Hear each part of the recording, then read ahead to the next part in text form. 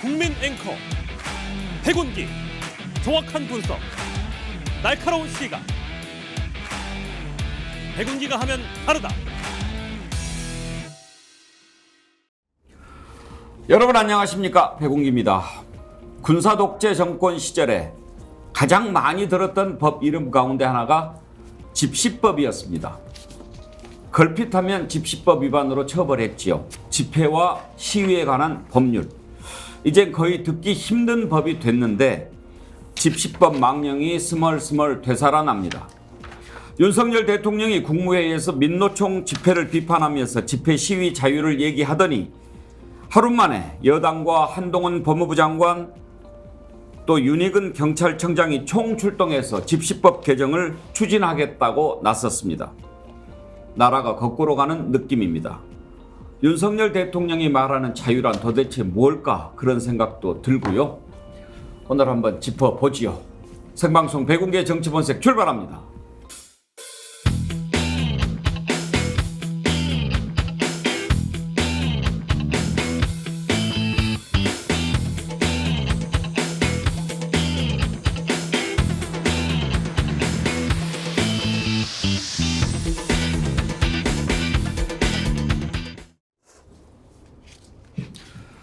네, 네 분 패널 함께합니다. 정기남 조선대 개건 교수, 남영희 민주연구원 본장, 김주작 한신대 교수, 임세은 전 청와대 부대변인 나오셨습니다. 어서 오십시오. 네, 어서 오세요. 네. 김주작 교수님 오랜만입니다. 예. 예. 잘 계셨죠? 아, 예. 열심히 잘 얼굴이 지냈습니다. 그 사이에 더 좋아지신 것 같은데. 아, 더 좋아진 건 아니고 많이 탔습니다. 아, 예. 그래요? 예. 정어리 때 모으러 다니느라고 타신 거예요?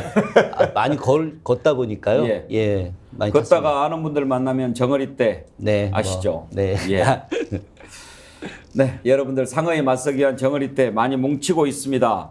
오늘도 벌써 지금 많이 들어와 계시고 구독자는 35만 8천 명인데요. 오늘 아침에 윤헬리 님이 이런 글을 주셨는데 잠깐 소개를 좀 해드릴까요? 앵커님 안녕하세요. 용산에 계신 분이 통닭시켜놓고 지지율 자화자찬할 때 노무현 대통령 서거 14주기 추도식에 휴가를 내고 아내 아기와 2박 3일 다녀왔습니다. 다음 날은 양산 평산 책방에도 다녀왔는데 책방 지기님이 오시기 전에 기다리며 많은 사람들과 얘기했습니다. 모르는 분들 휴대폰 뺏을 수는 없어서 아기를 미끼로 관심 유도를 하고 왠지 책방에 계신 분들이 예비 정어리 때일 것 같아서 혹시 정어리 때 아시냐고 유튜브 들어가서 백운기의 정치본색 검색해달라고 했습니다. 그리고 구독해달라고 했습니다. 여기 오신 분들은 저와 생각이 같으신 분들이 많으실 듯한데 요즘 나라꼴이 답답하시죠? 고구마 먹은 것처럼 꽉 막히시죠? 저 믿고 딱 한 번만 시청해 주세요. 분명 사이다처럼 상쾌해질 겁니다. 마약처럼 중독성도 클 겁니다. 라고 몇몇 분을 구독시켰습니다. 마음 같아선 문재인 대통령님께도 정어리 때 홍보하고 싶었지만 차마 말씀은 못 드렸습니다. 다음 목표로 잡겠습니다. 흐흐. 앞으로도 최연소 정어리와 함께 정어리 때 운동에 열심히 홍보하도록 하겠습니다. 헬리님 감사합니다. 문재인 대통령도 기회가 되면 정어리로 모십시오. 그리고 오늘 아침에 제가 스픽스에 나왔더니요, 어제 어떤 분이 전화를 주셨다고 합니다. 박정희 님 있네요. 83살 잡수신 어르신입니다. 그러면서 마음속으로 격려한다. 힘내고 지치지 말고 오래오래 해주시기를 부탁드립니다. 이런 글을 남기셨습니다. 계좌번호를 알려달라고 그러셨대요. 후원하고 싶다고. 그래서 그렇게는 하지 않습니다. 그랬더니 이런 격려의 말씀 남겨주셨는데 감사합니다. 여러분들 기대에 어긋나지 않게 백운기의 정치본색 정신 똑바로 차리고 반드시 가도록 하겠습니다. 오늘 먼저 집시법 한번 다뤄보도록 하겠습니다. 정기남 교수, 대학교 다닐 때 공부만 열심히 안 했죠? 집시법 위반 내봤습니다. 구리도 살아보고 뭐 닭장차 타보고 닭장차도 타보고 또 뭐 구치소에도 들어가보고 뭐 할 건 다 해봤습니다. 언제적 집시법인데 또 지금 집시법인가 좀 이런. 안타까워요. 그러니까 지금 우리가 제가 이제 대학에서 강의를 하고 있다 보니까 뭐 독재 정권 이런 말을 잘 안 쓴단 말이에요. 이제 고상한 표현을 좀 좋아하잖아요. 그래서 권위주의 정권 이런 예, 표현을 쓰는데 이 민주화 이후에 다시 이런 집회 시위에 대한 제한 또 이걸 사실상 허가제로 하겠다라고 하는 윤석열 정부의 모습을 보면서 권위주의 정권의 공안 통치로 회귀하고 있는 것 아닌가. 이거 정말 민주주의의 흑역사로 남을 이런 위헌적 발상을 하고 있는 윤석열 정부를 보면서 대단히 안타깝고 시계를 과거로 돌리는 것 같아서 예. 어찌 보면 분노가 치미는 그런 상황입니다. 나라가 거꾸로 가고 있다 하는 생각 저만 있겠습니까? 방송 앵커도 그런 얘기를 하던데요. 자, 어떻게 해서 이런 얘기가 나왔는지 한번 살펴보죠. 윤석열 대통령이 지난 23일 국무회의에서 민노총의 집회를 비판하면서 앞으로 이런 불법 행위를 용납하지 않겠다 이런 얘기를 했지요. 그리고 그 다음날 곧바로 이제 법무부 장관, 경찰, 청장 나서서 그런 얘기를 했는데 먼저 윤석열 대통령 국무회의 발언 한번 들어보시죠. 지난주 1박 2일에 걸친 민노총의 대규모 집회로 인해 서울 도심의 교통이 마비되었습니다. 우리 헌법은 집회 시위의 자유를 보장하고 있고 저 역시 대통령으로서 이를 존중해 왔습니다. 그러나 집회 시위의 자유를 보장하는 것이 타인의 자유와 기본권을 침해하거나 공공 질서를 무너뜨리는 행위까지 정당화된다는 의미는 아닙니다. 국민의 자유와 기본권을 침해하고 공공 질서를 무너뜨린 민노총의 집회 행태는 국민들께서 용납하기 어려울 것입니다. 과거 정부가 불법 집회, 불법 시위에 대해서도 법 집행 발동을 사실상 포기한 결과 확성기 소음, 도로 점거 등 국민들께서 불편을 감내하기 어려운 수준에 이르고 있습니다. 우리 정부는 그 어떤 불법 행위도 이를 방치 외면하거나 용납하지 않을 것입니다. 남영희 부위원장 또 전 정부 탓을 윤석열 대통령이 했는데요. 전 정부가 불법 집회를 방치했다. 이 평가에 동의하십니까? 방치했었나요? 저는 그 근거를 명확히 좀 들어줬으면 좋겠습니다. 이번 정부 들어와서 전 정부 탓을 할 때 정확한 근거가 늘 없어요. 그냥 자신들의 그 기분, 감정에 따른 얘기들을 하는데요. 지금 윤석열 대통령이 얘기한 대로면 사실 국민들의 그 표현의 자유, 기본권에 해당하는 것을 보장해 줘야 되는데 이번 정부 어땠습니까? 고등학생이 그렸던 윤석열차 문제 삼았죠. 그리고 또 얼마 전에 후쿠시마 오염수 대통령 사진이 포함되어 있는 거 경찰에서 조사한다고 하지 않습니까? 이런 아주 기본적인 표현의 자유도 제한하면서 이제 드디어 집회의 자유를 제한하는 그런 얘기까지 꺼내들면서 전 정부 얘기를 하고 있습니다. 그리고 또 하나 저희가 얘기할 수 있는 것이 윤 대통령의 그 내로남불이라고 할 수 있는 것인데요. 지난해죠. 6월 달에 문재인 대통령 그 사저 인근에 평산마을 양산의 주변에 그 극우 유튜버들이 온갖 혐오의 말들로 확성기를 대고 정말 주변에 있는 주민들이 못 살겠다고 얘기를 하고 목소리를 높여도 법대로 처리하라 하고 외면했던 분 아니십니까? 전 정부까지 갈 필요 없습니다. 지금 본인이 여태까지 해왔던 모습을 그냥 잘 들여다보면 뭐가 진짜 법치인지 알 수 있을 것 같은데 갑자기 제안한다고 그래요? 우리 김주적 교수님은 역사를 전공하셨는데 멀리 갈 필요도 없이요. 전 정권에서 왜 그랬냐 한번 돌이켜 볼 필요가 있습니다. 그 전에 용산 참사가 있었습니다. 그리고 쌍용차 진압 때 경찰이 노동자들 엄청나게 구타를 해서 논란이 됐죠. 그 다음에 물대포로 농민 100만 개씩가 숨진 그런 참사가 있지 않았습니까? 네. 그래서 경찰이 스스로 과잉 진압을 자제하고 이러는 분위기가 있었지 않나요? 맞습니다. 사실은 그 이전에 경찰의 과잉 진압이 굉장히 컸죠. 근데 이제 제가 드리고 싶은 이야기는 지금 이제 지난 정부 아주 근시일 내에 있었던 문제들 속에서의 그 이 문제를 푸는 것이 아니라 저는 좀 걱정이 되는 게 1979년에 박정희 정권 시절에 긴급조치라고 하는 걸 만들기 시작을 했습니다. 뭐 잘 아시겠지만 그 시절에 긴급조치가 헌법을 보다 우위에 둔다고 이야기를 했어요. 예. 헌법보다 우위에 둔다. 헌법보다 우위에 두면서 집회, 결사 이것들을 갖다 모두 다 불법으로 해서 다 잡아놓고 당시에 대통령이 그 형량과 관련해서 관련 법규 형량과 관련해서 최대 형량을 구형하라고 특별 지시를 했었습니다. 저는 조금 전에 윤석열 대통령이 말한 그 모습을 보면서 전 박정희 대통령의 긴급조치를 연상을 하게 됐습니다. 지금 이 상황이 거의 긴급조치 수준으로 가지 않겠느냐. 지금 국민의 불편, 편의 이것들을 이야기하면서 이제 헌법이 보장된 자유가 국민의 불편보다 더 나을 수는 없다라고 하는 논리로 지금 가고 있거든요. 결국은 1979년에 만들어졌던 긴급조치, 1980년에 또 전두환 당시 보안사령관이 만들었던 긴급조치 이 이상과 뭐가 다르겠느냐. 그렇게 치자면은 긴급조치로 나가게 되는 새로운 내용으로 새로운 독재 권력이 탄생하는 모습으로 보여지고 있다라고 하는 것이죠.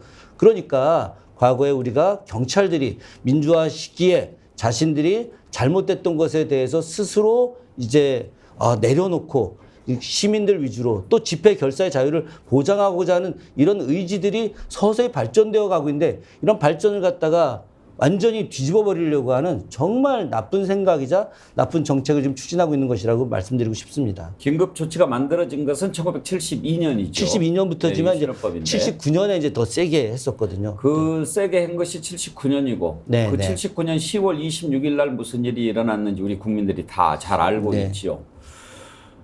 임세은 대변인, 네.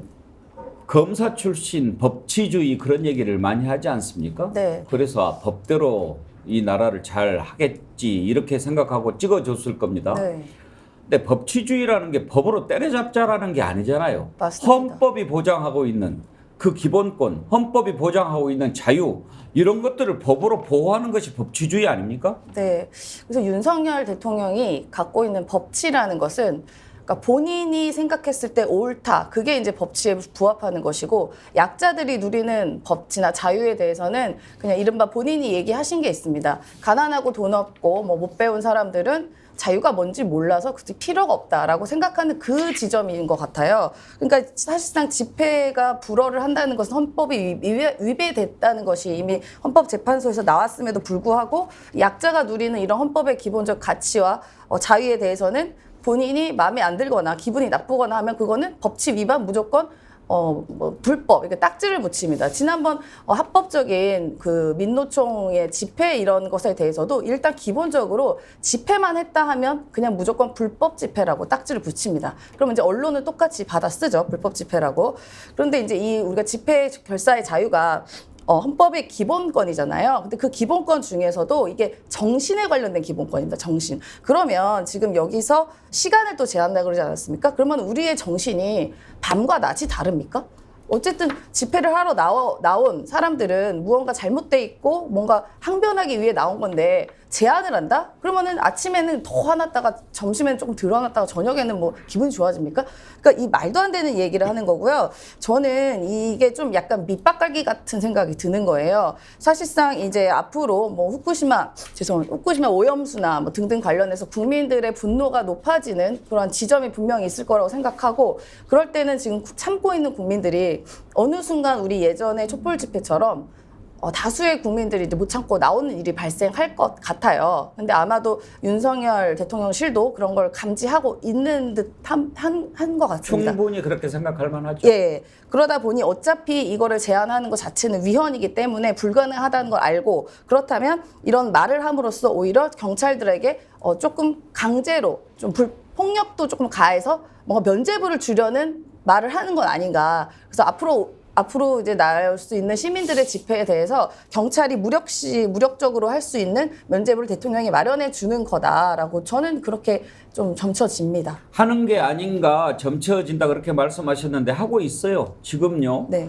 6년 만에 다시 경찰이 진압 훈련 들어갑니다.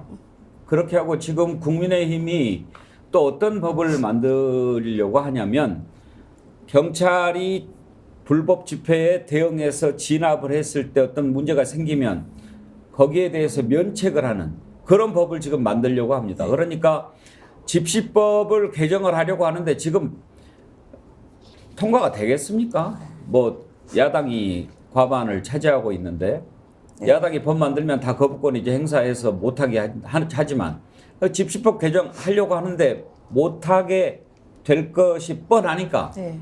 그 대신에 이제 경찰한테 야, 맘 놓고 진압해. 우리가 다 뒤에서 책임질게. 이런 식으로 지금 하는 거란 말이에요. 대통령이 한마디 하니까 법무부 장관, 경찰청장 나서가지고 법 바꿔야 된다 이런 얘기 합니다. 들어보시죠. 밤 12시부터 아침 6시까지는 사람들이 좀 주무셔야죠, 국민들이. 이 집회와 시위의 자유라는 것이 다른 동료 시민들의 자유를 심각하게 침해하는 경우까지 보장돼야 하는 어떤 절대적인 권리는 아니지 않습니까? 그 부분에 대해서 저희는 다른 시민들의 권리를 침해되는 경우를 중점적으로 봐서 이 보완이 필요하다. 그걸 남용하는 부분에 대해서는 제한이 필요하다. 이런 상식적인 말씀입니다. 정권의 실정에 대한 풍자를 탄압하는 것도 모자라서 이젠 집회의 자유마저 박탈하겠다는 의도를 노골적으로 드러내고 있습니다. 헌법 정신에 어긋나는 명백한 위헌적 발상입니다.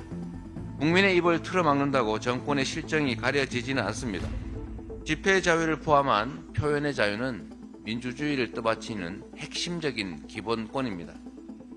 이를 제한하려는 어떤 시도도 민주주의에 대한 훼손이고 공격입니다. 정인환 교수, 이제 민주당은 위헌적 발상이다 이런 비판을 제기하는 겁니다. 그러니까 이제 기본권 중에 기본권이 집회 시위의 자유란 말이에요. 그런 부분에 대해서 집회 시위를 제한하겠다고 허가제로 하겠다고 하니 이것은 뭐 위헌적 발상일 뿐만 아니라 반민주적 발상이죠. 실제로 지금 입만 열면 불법 집회 얘기하는데 지난주 민주노총이 이제 그 건설노조죠. 집회를 광화문 쪽 그 종로 일대에서 하더라고요. 저도 사실 아침에 출근을 하는데 버스에서 내리래요. 더 이상 버스가 진입할 수 없다. 좌석 버스를 타고 가는데 그래서 한 2.5km 정도를 걸어갔어요. 근데 약간의 불편함이 있는 거죠. 그럼에도 불구하고 또 출근길에 있는 시민들이 다소 좀 푸념도 있습니다. 그럼에도 불구하고 그날 집회는 엄격한 엄연한 합법 집회였습니다. 모든 집회가 다 불법 집회에만 있는 게 아니라 민주노총은 당연히 법원의 허가를 얻어서 집회를 하고 있었던 거예요. 그 실제 경찰도 그날 집회에 대해서 법 위반 사항은 없었다라고 나중에 사실상 확인했습니다.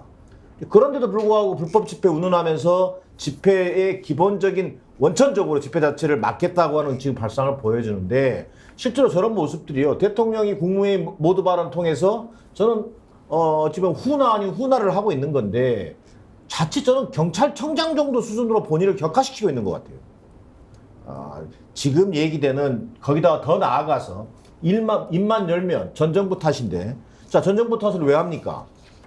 강경 이른바 보수층의 불만들을 자극하려고 하는 거예요. 뭐 국민들을 무리 위하는 척 얘기하지만 그리고 또 한편으로는 이 뭔가 국민 통합 이런 건 아예 관심 자체도 없고 어쨌든 이 비판 세력을 희생양 삼아서 특히 노조 같은 약자라고 볼 수 있는데 희생양 삼아서 지지를 돌파하려고 하는 그 의도만 보이는 건데 이걸 저는 야당이 좀 더 강한 톤으로 또 강한 어떤 역할을 통해서 싸워 나가야 한다고 저는 보여집니다. 왜 이렇게 할까? 우리가 이제 그 부분은 조금 이따가 짚어보도록 하겠습니다. 임세은 대변인 말씀하신 것처럼 후쿠시마 오염수 방류한다. 지난번 광우병 때처럼 국민들이 들고 일어날 것이다. 그러니 아예 법을 딱 바꿔가지고 꼼짝 못하게 하자. 이런 차원에서 했을 수도 있고 또 하나는 지금 이제 지난번에 윤석열 대통령 지지율이 계속 하락할 때 노조에 대해서 강경 대응을 천명한 뒤로 약간 지지율이 올랐거든요. 이게 장사가 되네. 이걸로 한번 밀어보면 되겠네. 그렇게 해서 지지 세력을 결집하기 위한 의도일 수도 있고 그 부분은 조금 이따가 분석을 해보고 당장에 이게 위헌적인가 아닌가를 좀 짚어봐야 될 텐데요. 남영희 부원장, 이제 민주연구원에서도 뭐 법 같은 거 이렇게 개정하려고 그러면 준비도 하고 검토도 하고 그러지 않습니까? 네네. 지금 여당에서 당정협의회에서 논의하고 있는 것이 오전 0시부터 오전 6시까지 그러니까 밤 12시부터 그 다음날 아침 6시까지 야간 집회를 금지하자는 거지 않습니까? 이게 문제가 있다라고 보는 겁니까? 일단 법 취지에 있어서 집시법 개정안의 골자로는 그 부분을 다루고 있는 건 맞습니다. 그래서 민주당에서도 어떤 의원은 이 야간 집회에 대해서 명확하게 규정을 두자라고 해서 발의를 해둔 분이 있어요. 지금 0시부터 집시법에 7시 야간 6시. 집회는 특별한 경우가 아니면 금지가 돼 있을걸요? 지금 그렇게 되어 있지 않고 사실 13년째 입법 공백 상태입니다. 아. 이것이 헌재에서 헌법 불합치로 내려졌던 것이 2009년이었고요. 그다음에 이후에 그러니까 어떻게 상호 여야 뭔가 의논을 해서 그 공론의 장을 열고 서로 관용하는 문화로 정착시키라는 것이 지금 국회 입법조사처의 의견이기도 하거든요. 근데 지금까지 그 법이 명확하게 몇 시 이 야간 집회 금지라고 시간까지 정해준 것은 없기 때문에 불비한 상황은 맞습니다.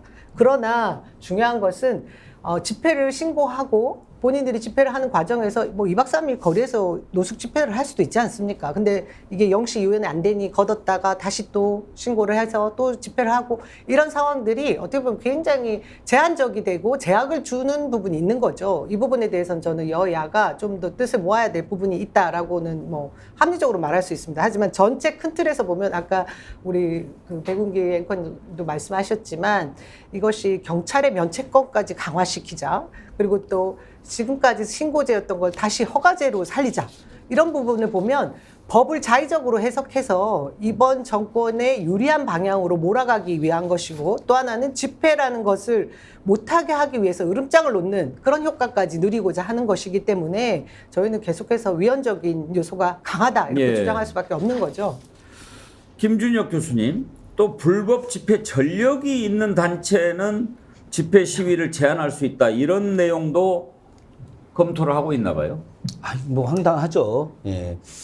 그렇다고 치면은 죄가 있는 사람들은 공직에도 절대 나갈 수 없다. 뭐 이렇게 보면 김태호 지금 대통령실에 있는 외교 담당하는 분, 안보실 차장이요. 예, 안보실 차장, 1차장. 선고 유예 받았지 않습니까? 그 실형이에요. 범죄자 아니겠습니까? 그럼에도 불구하고 지금 그러고 있잖아요. 저는 좀 가슴이 아픈 게 오늘이 어떤 날이냐면 다들 기억을 못할 텐데 1991년 5월 25일 날이 성균관대 학생이었던 김기정 열사가 경찰의 무자비한 폭력에 의해서 도망을 이제 당시에 가다가 압사돼서 돌아가신 날입니다. 오늘이. 오늘이 바로 경찰이 폭력적인 행사로 당시에 학생들이 이제 뭐 투신하거나 분신하거나 이렇게 돌아가신 분들이 많이 계셨지만 그러나 경찰에 의한 폭력으로 돌아가신 분이 강경대, 김기정 이분들이었었는데 오늘이 바로 그날이에요. 그런데 대통령실이 이런 날의 하루 전날 이렇게 말도 안 되는 또 다른 경찰의 폭력이라든가 국가 권력의 폭력을 통해서 국민을 희생시킬 수 있는 이런 집시법 개정안에 대한 이야기를 한다는 것 자체가 얼마나 모렴치하고 몰상식적인가 이 부분을 좀 말씀드리고 싶고요. 하나 더 말씀드리자면 옛날 3.1운동 당시에 그 우리 수많은 민중들이 야간에도 끊임없이 횃불을 들고 집회를 했고 6월 항쟁 때도 그랬고 5.18 때도 그랬고요. 이 야간에 집회를 하는 것들 이 부분들은 오늘날까지 이어져 오고 있는 부분들이기도 합니다. 오늘날 그 촛불 집회를 하는 분들 윤석열 정권의 부도덕함에 대해서 이야기하는 이 일들이 과거에 있었던 그런 혁명적 시민운동과 다르지 않다고 저는 생각을 하는데 이런 부분들을 철저하게 제한하는 것들 이것은 절대로 용납될 수 없다고 생각을 합니다. 지금 정부 여당이 어떻게 법을 바꾸려고 하는지 구체적으로는 아직 나오지 않았지만 현재 얘기되고 있는 이런 방향으로 간다고 하면 이건 헌법 위반이 될 가능성이 매우 높습니다. 지난 2009년에 헌법재판소가 결정한 내용이 있습니다. 헌법 21조가 언론 출판에 대한 허가나 검열, 집회 및 결사에 대한 허가는 인정되지 않는다 규정하고 있기 때문에 집회와 시위의 권리는 행복추구권 등 다른 기본권들보다 훨씬 두텁게 보호받고 있다.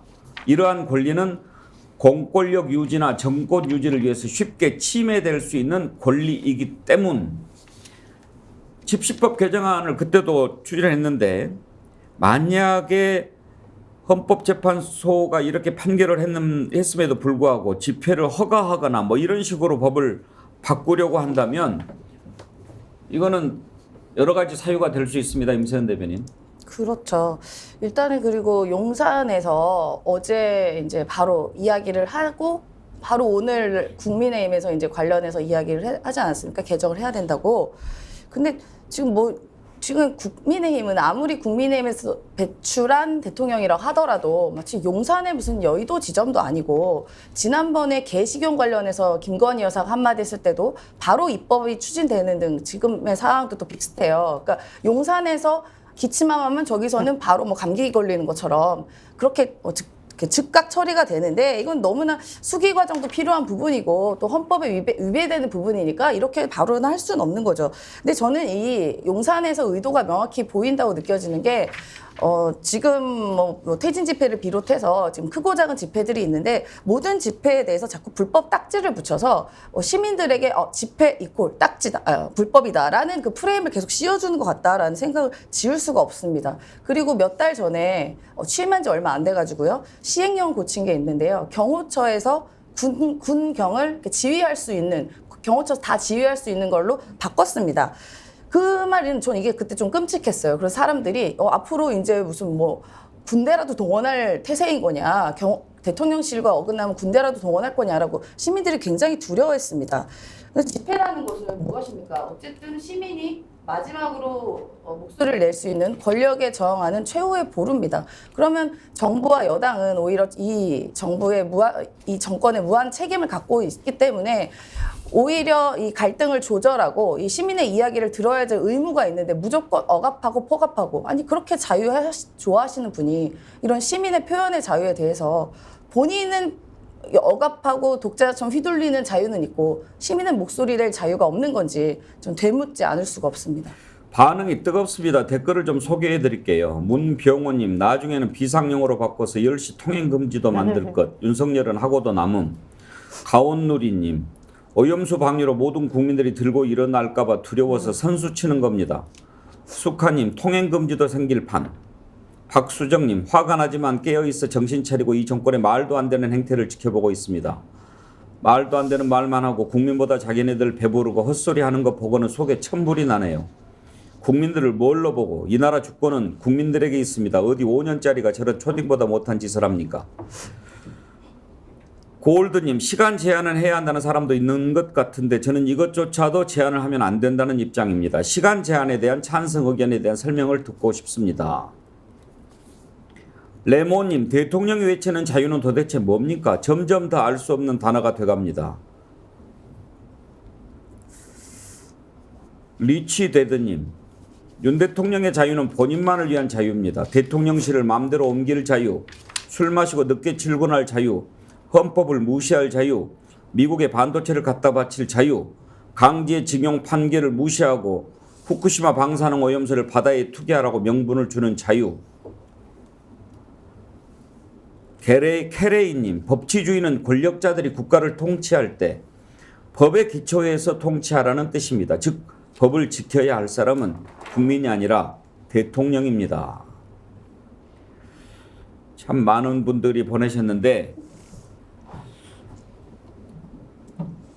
오죽하면 이게 상식적으로 이게 거꾸로 가는 거다라는 생각이 다 들지 않습니까? JTBC 앵커가 크로징에서 윤석열 대통령이 그거 덕택 본 거 아니냐 이런 얘기를 하겠습니까? 저희가 이 다른 방송 앵커가 했던 것을 방송으로 이렇게 내보내는 건 처음인 것 같은데 한번 들어보시죠. 따지고 보면 국정농단 당시 윤석열 특검 검사가 권력에 굴하지 않고 일할 수 있게 된 것도 매주 토요일마다 밤늦게까지 광화문에 모였던 그 수많은 촛불들 덕택이었을 겁니다. 저 앵커 걱정되는데. 이제 이게 지금 윤석열 정부가 이제 권위 정권으로 회귀하는 모습을 보이고 있기 때문에 언론도 사실은 무풍지대가 될 수 없습니다. 지금 뭐 방통위원장 면직 몰아가고 있죠. 뭐 국정원 동원해서 정교조 압수수색하죠. 언론 통제 이미 시작됐다 해도 과언이 아닙니다. 저 JTBC 앵커도 밤길을 좀 다시 한번 돌아봐야 될지도 모릅니다. 자, 그럼에도 불구하고 앞서 앵커께서 얘기하셨습니다만 또 많은 분들이 댓글을 통해서 얘기하고 있습니다. 도대체 윤석열 대통령의 자유란 뭐냐? 이게 국민 기본권의 자유가 아니라 이 집회 시위에 놓고만 얘기하면 이 국민의 의사 표현을 막는 이 정권의 자유를 얘기하고 있는 것 같아요. 저는 이 지금 이 민주화 과정에서의 집회 시위가 처음으로 제한되는 아마 시도가 될 텐데 이 집시법 개정 결코 성공하지 못할 거라고 보여집니다. 근데 성공하지 못할 걸 뻔히 알면서도 왜 시도하느냐? 앞서 몇 사람도 얘기했습니다만 결국은 이 정부가 이 노조라든지 또는 이 경찰을 통해서 강력하게 어떤 이 통제하고 탄압할 수 있는 저는 그 구실을 주고 있다. 근데 이것도 역시 다시 과거로 돌아가면요. 앞서도 언급됐지만 2016년도에 백남기 농민의 이 죽음이라고 하는 물대포를 통한 경찰의 과잉 진압, 인권 탄압, 이게 우리의 역사잖아요. 이 역사를 뻔히 알면서도 이 경찰의 불필요한 어떤 그 폭력적인 대응을 지금 준비시키고 유발시키려고 하는 정권의 의도가 도대체 어디에 있는 것인지 묻지 않을 수 없다. 저는 이 야간 집회도 얘기합니다만 헌법의 기본 취지의 정신으로 돌아가면 법원은 명백하고 현존하는 위협이 없는 한 집회를 제한할 수 없다라고 규정하고 있습니다. 그런 취지에서 입각에 보더라도 지금의 시도 자체는 대단히 퇴행적이고 어쨌든 이 헌법을 뛰어넘으려고 하는 그런 정권의 불순한 의도라고밖에는 설명할 수 없을 것 같습니다. 저 덧붙이고 싶은 말씀이 있는데요. 진짜 말씀하신 대로 이 정치 검찰의 그 전략적 마인드가 정말 뛰어나다는 생각이 듭니다.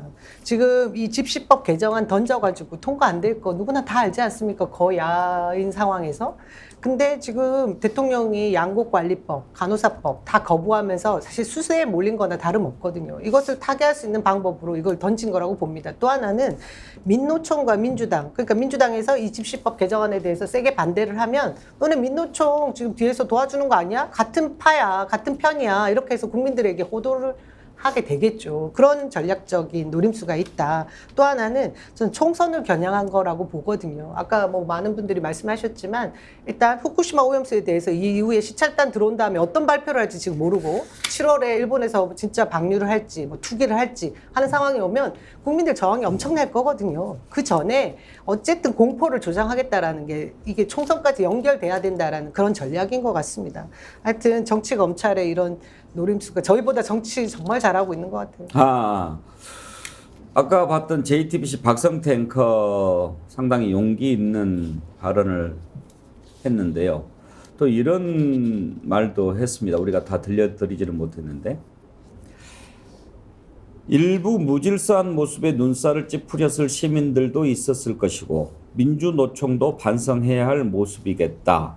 그러나 일부의 무질서를 이유로 대통령은 권력에 항의하는 목소리에 강경 대응을 천명했고 여당에서는 헌법상 자유인 집회와 시위의 자유까지 제한하려고 한다면 물론 지금도 심야 집회를 상황에 따라 금지할 수 있지만 아예 법으로 못하게 못 박는 것은 완전히 차원이 다르다. 그러면서 따지고 보면 윤석열 검사가 권력에 굴하지 않고 일할 수 있게 된 것도 밤늦게까지 광화문에 모였던 수많은 촛불들 덕택 아니었냐라고 환기를 시키면서 윤석열 대통령이 가장 많이 쓰는 자유라는 표현을 두고 이런 얘기를 했습니다.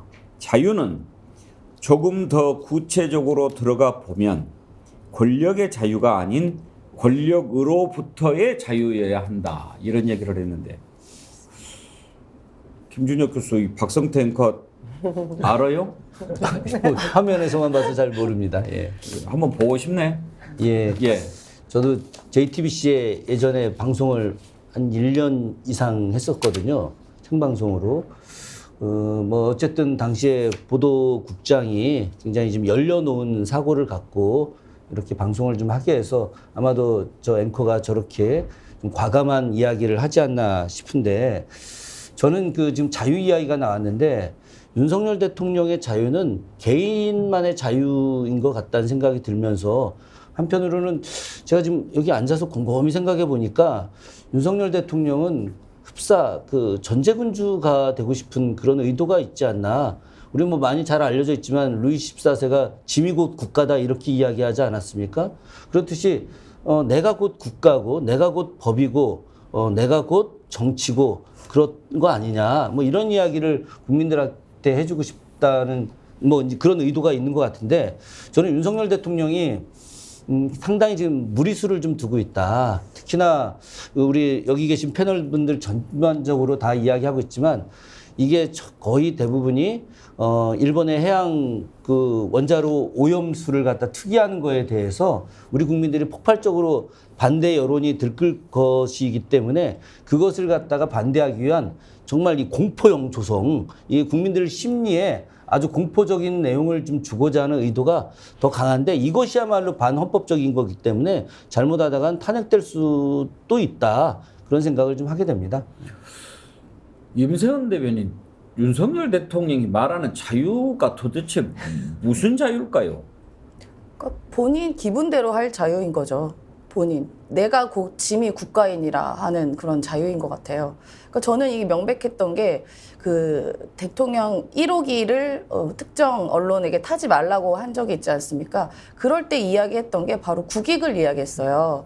국익을 해치는 행위에 대해서는 뭐 엄단하겠다 하면서 그 MBC 기자죠. MBC 기자를 그 1호기를 타지 말라고 한 이유인데요. 근데 우리가 아무리 들어도 뭐 전 국민 청취력 테스트를 그때 하기는 했습니다만 대부분의 사람이 다 뭐 바이든으로 들었지 날리면으로 들은 것은 억지로 들으신 그 주변의 참모분들 정도입니다. 그 사람들도 그렇게 네. 안 들었을 거예요. 그렇기 때문에 그 바이든 날리면 오히려 그 국익을 해친 거는 대통령의 입이죠. 대통령의 입이었는데 불구하고 그걸 보도한 언론이 국익을 해친다. 그럼 그 국익은 대통령이 본인이 기분이 나쁜 게 국익인 거예요. 그러니까 본인이 기분 나쁜 일은 국익이고 본인이 기분 좋은 일은 국익에 부합하고. 그럼 예를 들어 지금 뭐 저는 이게 외교 현장에서 드러나는 게 이번에 G7에서도 많은 정상들, 캐나다의 뭐 총리라던가 뭐 많은 정상들이 대통령을 보고 되게 반갑게 이야기를 합니다. 아, 윤석열 대통령 노래 잘하시던데요. 그러니까 한 4-5의 그 정상들이 노래를 잘한다고 칭찬을 했어요. 그러니까 그 외교의 성과가 이제 바로 노래 잘한다면 요 정도인데요. 그러니까 대통령은 내가 지금 잘하고 있기 때문에 이렇게 칭찬을 듣는다라고 뭔가 착각을 하고 있는 것 같습니다. 그래서 저는 그 자유의 의미는 대통령이 본인이 맘대로 할 자유. 왜냐하면 나는 왕이니까 맘대로 할 수 있는 자유가 아닐까. 다만 이제 너희 같은 약자들은 내가 이렇게 시혜를 베풀어서 너희들 보살펴주고 있는데 너희가 뭘 반대하니? 내 얘기를 들어야지. 그래서 저는 윤석열 대통령의 자유는 자유가 없는 자유다. 오히려 독재자들은 자유를 더 많이 외치거든요. 북한의 경우도 보더라도 뭐 인민들은 자유롭다 뭐 이렇게 얘기를 하지 않습니까? 뭐 저는 그 장면이 좀 떠오릅니다. 임세은 대변인이 전제군주 얘기하시니까 신기섭님이 전제군주라고 선조 더하기 인조 뭐 이렇게 글을 주셨는데 정조대왕 전문가 김준혁 교수님이 나오셨으니까 선조 더하기 인조면은 뭡니까? 선조, 인조 두 왕의 특징은 뭐였습니까? 무능이죠, 무능. 예, 무능이고 아주 간단하게 이야기해서 철저한 사대주의자. 예, 선조도 역시 명나라에 대한 사대주의, 인조도 명나라에 대한 사대주의. 세계의 흐름을 이해하지 못하고 있죠. 그러니까 자기만의 오만에 빠져서 국제 정세를 이해하지 못하고 결국은 엄청난 전쟁들, 임진왜란 병자호란 일어나게 만들어서 백성들을 도탄에 빠지게 한 건데 아마도 그 댓글을 올리신 그 시민분께서는 냉철하게 윤석열 현 대통령을 바라본 게 아닌가. 이러다가 너무 미국과 일본에 대한 사대에 급급하다가 결국 한반도의 평화를 깨트리고 제3차 세계대전을 이 한반도 땅에 일으키게 하지 않을까 하는 두려움으로 선조 플러스 인조를 얘기하신 것 같습니다. 스마트맨님은 더 두려우신가 봐요. 선조 플러스 인조 플러스 원군 플러스 이승만 플러스 전두환 이렇게 하셨는데 제가 윤석열 대통령 지난번에 미국 국빈 방문 갔을 때 미국 간 김에 미국 국민들이 가장 중요하게 생각하는 기본권이 뭔지 수정헌법 1조가 뭔지 그리고 자유 하는데 정말 자유의 본고장인 그 미국에 가서 진짜 자유가 뭔지 이런 걸 좀 배워왔으면 좋겠다 그런 얘기를 했는데요. 제 말을 안 들었는지 뭐를 했는지 갔다 와서 자유를 제한하는 이런 발상을 하고 있으니 참 우리 국민들이 얼마나 걱정이 많이 되겠습니까? 오죽하면 진중권 작가요. 이분 정체성은 제가 잘 모르겠습니다만 윤석열 대통령 이 발언에 대해서 맨날 자유 얘기했다가 이건 뭐냐 그런 얘기를 하더군요. 한번 들어보시죠. 그런 발언은 경찰청장이라면 할 수 있을까? 대통령이 나서서 그런 발언을 할 건 아니고 일단 위헌적 요소도 있다라는 겁니다. 왜냐하면 이분들 맨날 자유 얘기했는데 이건 뭐냐라는 거예요. 저런 말 나오지 않겠습니까, 정진환 교수? 당연합니다. 여러 번 강조하고 있습니다만 윤석열 대통령이 얘기하는 자유는 국민의 자유가 아니라 정권의 자유를 얘기하고 있는 거다. 오직하면 약간 친윤석열 정부 성향을 보이고 있는 진중권 교수조차 맨날 자유만 얘기하더니 도대체 집회 시위 제한한다는 게 말이 되냐라는 게 일반 국민이 느끼는 그 정서입니다. 그걸 그대로 저는 전달하고 있다고 보여집니다. 지금 윤석열 정부는 과거 독재 정권이 해왔던 방식을 그대로 지금 닮아가고 있는 겁니다. 정치적 반대 세력을 탄압하기 위해서 검찰 동원하죠. 수사기관 동원하죠. 경찰 동원하죠. 이제는 언론까지 통제하죠. 그러면서 사회적으로는 공포와 긴장을 조성하는 이른바 공안 통치를 획책하고 있는 거예요. 얼마나 자신이 없으면 민주화 이후에 어떤 전례 없는 집회와 시위를 제한하겠다는 발상을 하겠습니까? 저는 윤석열 정부의 이런 시도 자체가 성공하지 못한다고도 얘기했습니다만 오히려 지금 국민의 인내심을 저는 테스트하고 있다. 저는 결코 국민들이 용서하지 않을 거라고 보여집니다. 자, 이제 아까 남영희 부원장께서 여러 가지 분석을 해주셨는데 일단 이제 집시법 개정안을 추진하겠죠. 추진하는데 야당의 반대로 통과가 안 되고 그다음에 이제 불법 집회라고 규정하는 집회들이 이어져서 이제 시민들이 조금 불편을 겪을 수 있겠죠. 그러면 그 불편함을 겪는 거를 이제 모든 언론들을 동원해서 못 살겠다. 불법 집회 때문에 경제는 어떻게 하냐. 뭐 이렇게 이제 이야기할 거 아닙니까? 그러면 이게 누구 때문에 이렇게 된 겁니까? 이렇게 얘기하려고 그러는 걸까요? 전 정부 탓하겠죠.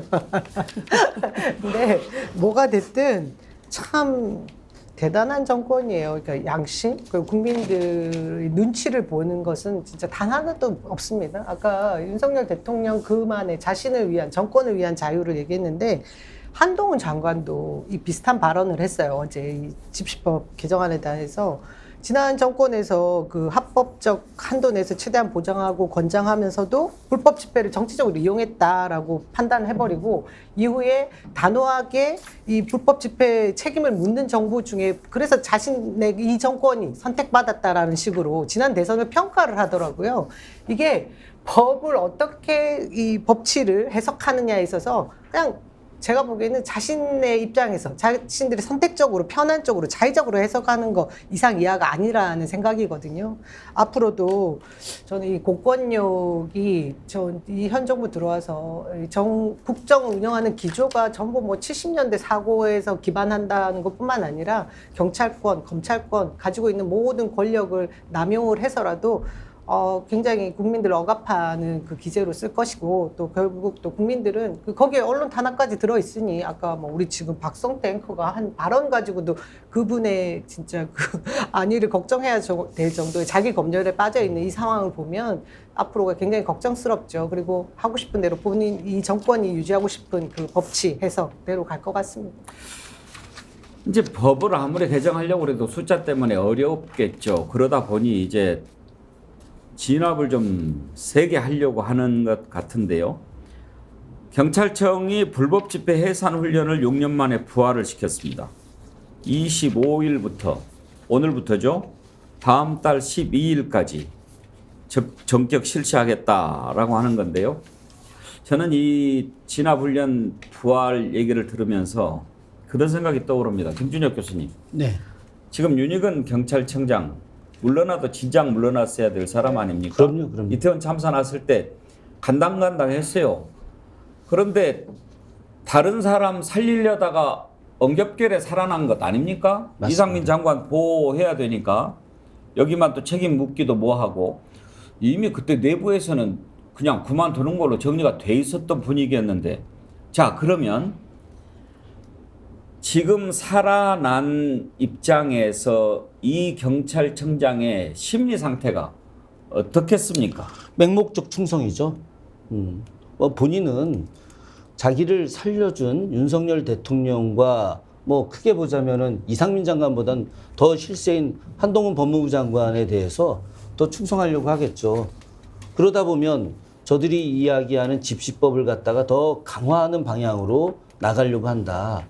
전 지금 전투경찰이 다시 부활할까봐 걱정입니다. 예전에 80년대 저희들 어디 거리에 나가면은 가방 수색 다 했잖아요. 여학생들 가방 안도 다 경찰들이 수색하고, 학교 정문 들어가려고 하면 길거리에 쭉 정문서부터 시작해서 40명, 50명 전경들이 다 수색하고, 이런 모습들이 이제는 완전히 역사에서 사라진 줄 알았는데 다시 부활하는 것이다. 근데 여기에 누가 있는 거냐? 윤희근 경찰청장을 비롯한 이런 경찰 수뇌부들이 완전히 그 지금 정권의 꼭두각시가 되어서 맹목적 충성을 하다 보면 이 사람들 입장에서는 국민이 존재하지 않는 거죠.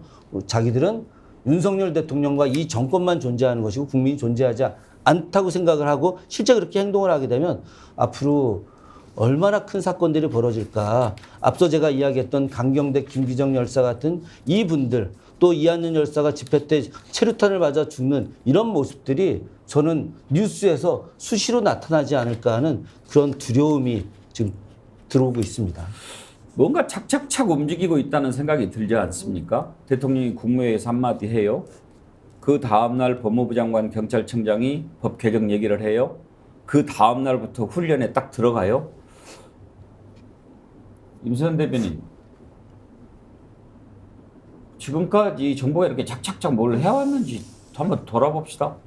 뭐 해온 것도 없지만 책임진 적도 없잖아요. 근데 이렇게 국민들이 그동안 더 요구했던 것들은 뭐 뭉개고 모른 척하고 안 듣고, 그리고 실제로 지금 경제 상황이나 이런 부분이 굉장히 어렵고 이런 부분에 대해서 좀 해결을 해야 되는 거 아니냐라는 여러 목소리가 있습니다. 특히나 이제 가계부채가 3,000조가 넘어가면서 이런 부분 앞으로 이제 다가오는 자영업자들이 갚아야 되는 채무 유예 문제에 대해서 정부가 얼른 해결해야 된다라는 각계의 목소리가 있어요. 그리고 실제로도 여러 경제 세계에 있는 기관에서도 경고를 하고 있는데, 사실 이런 부분에서 이렇게 시스템적으로 착착착 이루어지고 모두가 관심을 가져야지, 지금 이 갑자기 뭐 누군가 다치지도 않았고 그냥 단지 뭐 그때 1박 2일 집회가 불편했다는 이유로 이렇게 일사불란하게 이루어지는 것, 저는 다른 일을 좀 이렇게 했으면 좋겠습니다. 근데 좀 두려운 건 뭐냐면요, 이렇게 일사불란한 한 이유가 저는 이제 이 집회 자체를 조금씩 사라지게 하려는 거 아닌가라는 또 그냥 막연한 걱정이 되는 게요. 지금 뭐 이게 헌법으로는 당연히 안 되고 야당에서도 통과를 안 시킬 테이긴 한데, 뭐 야간 집회를 예를 들어 금지한다, 뭐 이런 식으로 해서 야간 집회가 사실상 뭔가 있으면 안 될 것 같이 시민들이 뭐 야간에는 뭐 해체를 한다던가 뭐 이런 식으로 정말 하나씩 티가 안 나게, 그러니까 한꺼번에 뺐으면 저항이 있으니까 우리가 체화돼서 하나씩 뺏긴 걸 모르게 뺐으면서 결국은 야간 집회를 금지하는 것을 시간을 조금 더 앞당기고 또 앞당기고, 주간 집회도 뭐 예를 들어 허가제로 바꾸고, 1인 집회도 예를 들어 못하게 하고, 장소도 바꾸고, 뭐 이런 식으로 해서 계속 제한을 두다 보면 조금씩 뺏기다 보면 우리 시민들도 모르거든요. 한꺼번에 뺏기지 않고서는. 그래서 이렇게 또 없애려는 시도를 또 하는 건 아닌가라는 저는 그런 막연한 또 걱정이 또 듭니다. 이 정부가 무슨 짓을 할지 몰라가지고요. 정인환 교수, 지금 집시법 개정과는 별개로 불법 집회를 막기 위한다는 명분으로 정당한 공권력을 보장하고 경찰들을 독려하는 방안으로 민주노총 집회를 계기로 경찰의 공정한 공무집행에 대한 면책 조항 신설도 지금 추진하고 있다고 그래요. 면책 조항이 결국은 경찰의 어떤 그 대응을 촉구하는 뭐 이런 하나의 수단으로 아마 작동할 것 같아요. 그러나 이게 지금 좀 전에 앵커께서도 뭐 착착착 진행되고 있다고 말씀하셨는데, 착착착 진행되는 것처럼 보이지만 저는 궁극적으로는 국민적 저항에 부닥칠 걸로 보여집니다. 결국 그것이 정권의 수명을 아마 단축시키게 될 겁니다. 경찰이 지금 진압 훈련을 다시 재개한다는 건데, 정말 경찰이 잊어서는 안 되는 게요. 과거 집회에서 불행한 사건들이 대부분 보면요, 경찰의 불필요하고 폭력적인 대응에서 비롯된 겁니다. 이 역사적 사실을 저는 결코 간과해서는 안 된다. 박근혜 탄핵 이후에 경찰이 인권 경찰이 되겠다고 이미 선언했지 않습니까? 그럼에도 불구하고 이 정권의 주구가 돼서 진압 훈련을 다시 시작한다? 정말 뭐 좀 전에도 얘기 나왔습니다. 이러다가 진짜 전투경찰, 의무경찰 다 이 방독면 쓰고 지금 물대포 나오는 이런 상황으로 되는데, 이 상황을 어떤 국민이 용납하겠습니까? 저는 정권의 의도에 상관없이 국민적 저항에 의해서 무너질 수밖에 없는 것이고 좀 전에 얘기했던 경찰의 면책특권 또한 그것은 경찰의 어떤 지금 폭력적 진압을 부추기기 위한 하나의 면죄부에 불과하다. 그래서 결코 용납돼서는 안 된다라는 게 개인적인 판단입니다. 이 정부가 왜 이러는가 앞부분에 분석들을 해봤는데요. 가장 먼저 떠올리게 되는 것이 일본의 후쿠시마 오염수 방류, 여기에 따른 국민의 저항 이런 것들 상정하게 됩니다. 지금 후쿠시마 원전 시찰단이 가서 돌아보고 있죠. 과연 뭘 보고 어떤 결과를 가지고 돌아올지 모르겠는데요. 유국희 원자력 안전위원장이 시찰을 마치고 이런 얘기를 했네요. 방류와 관련된 주요 설비에 대한 안전 점검을 했다. 오염수를 희석하는 희석 설비와 방출 설비, 화학 분석동이라고 하는 핵종을 분석 추정하는 설비들을 둘러봤다. 밸브가 어디에 설치되어 있고 제 기능을 수행할 수 있는지 등을 집중적으로 확인했다. 화학 분석동에서는 전 처리 과정에 대해서 살펴봤다. 희석 설비에 대해서는 펌프 역량과 기능에 대해서 중점적으로 봤다. 남영희 본장, 봤다예요. 참 울어야 될지 웃어야 될지 모르겠습니다. 설비이고 지금 보면 그 오염수가 지금 어느 상태인지 알 수 있습니까? 그 눈으로 봐야 압니까? 그냥 뭐 사진 찍어서 보내라고 그러면 되는 거죠? 그리고 내부 구조가 어떻게 돼 있는지 그냥 거기서 만든 브로셔 하나만 봐도 다 알 수 있는 일 아닙니까? 이걸 가지고 몇십 명이 가서 몇 박 며칠을 거기에 갔다 온다? 이거 진짜 국민들을 너무 우롱하는 처사 아닙니까? 이해할 수가 없고요. 그리고 지금 시찰단이 보여준 것은 저는 어제 대통령실 운영위원회 때 대통령실 비서실장이죠. 김대기 비서실장 발언 안에 다 담겨 있다고 봐요. 지난 10년 전 후쿠시마 그 사고가 있은 이후에 우리 주변 해양 오염의 문제가 전혀 없더라. 지금 그걸 뒷받침하는 거 말고는 변화되는 모습은 하나도 없거든요. 결국은 일본에서 오염수 투기하는 거 그냥 명분 쌓게 해줄게. 그 이상 이하가 아니거든요. 저희는 어쨌든 막아내야 됩니다. 이거 국민이 0.001%의 불안감을 가지고 있다면 우리 국익이 우선 내야 되는데 뭐 하는 짓인지 모르겠습니다. 김준혁 교수님, 박현철 님이 정수기 검사 아냐? 이렇게 글 올리셨는데 정수기 검사도 이렇게는 안 해요. 정기 점검할 때 필터도 갈고 물도 흘려 보내보고 그렇게 하지 않나요? 아휴, 제가 좀 관심이 좀 있습니다, 이 분야에. 정수기 쪽에? 이 오염수를 갖다가 둔 공간들에 대한 촬영이 일본에서 찍은 게 있었어요, 뉴스에. 근데 이 용기 자체도 도쿄전력이 싸구려를 갖다 쓰고 그리고 공간에 대한 이제 이렇게 뭐 폐기하는 내용들도 굉장히 엉터리로 하고 있는 겁니다. 도쿄전력은 이제 개인 기업이기 때문에 자기들의 어떤 이윤 추구가 더 중요하거든요. 그렇기 때문에 전 세계가 망할 수 있게 되는 이 중차대한 이야기를 어떤 사적인 이익들이 더 중심이 되는 것이고 특히나 도쿄전력이 일본의 정치인들한테 대한 정치자금 후원이 굉장히 많아요. 제가 4월 달에 도쿄전력을 직접 다녀왔었습니다. 그러세요? 직접 가서 정문 앞에 가서 시위도 하고 왔습니다. 저는 이 일본의 해양 오염수 투기가 전 세계 인류를 망칠 것이다. 절대 해서는 안 된다. 그때 민주당 가실 때 그럼 같이 가신 건가요? 그거 따로 갔었습니다. 따로 가신 거군요. 그 민주당 의원들하고 저하고는 잘 모르는 사이들이어서 저는 따로 갔다 왔고요.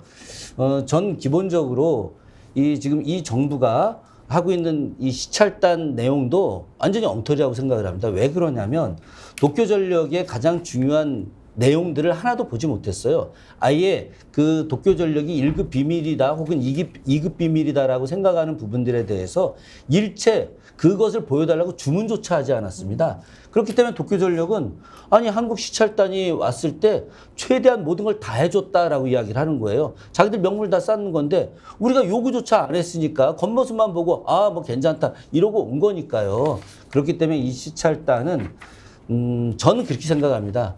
과거 임진왜란 시기 앞서서 우리가 이제 시찰을 갔다가 잘못된 판단을 하고 돌아와서 결국 임진왜란 일으키듯이 이런 오류를 엄청나게 심하게 정한 잘못된 시찰단이다. 말씀드리고 싶습니다. 그리고 지난번에 한국원자력연구원이 영국의 앨리슨 교수인가요? 불러가지고 뭐 간담회를 했죠. 거기에서 앨리슨이 뭐 10리터도 마실 수 있다 이 얘기를 했는데 국회에 나와서 이제 잘못했다고 고개를 숙였습니다. 그 원자력 연구 원장이요. 그러니까 내용은 이렇습니다. 국회에서 당연히 물어보죠. 왜 불렀냐? 그래서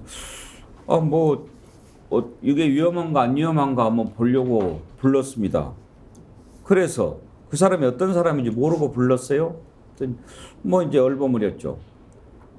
후쿠시마 물 1리터가 있다면 바로 마실 수 있다. 이런 이야기를 했는데 그거 잘한 거냐? 그랬더니 그것은 잘 못한 것 같습니다. 너 왜 그랬냐? 그 얘기는 할 줄 몰랐습니다. 그러면 공식적인 입장이 뭐냐? 왜냐하면 이 원자력 연구원장도 전문가 아니겠습니까? 원전 학자죠. 공식적인 입장은 오염수는 마시면 안 됩니다.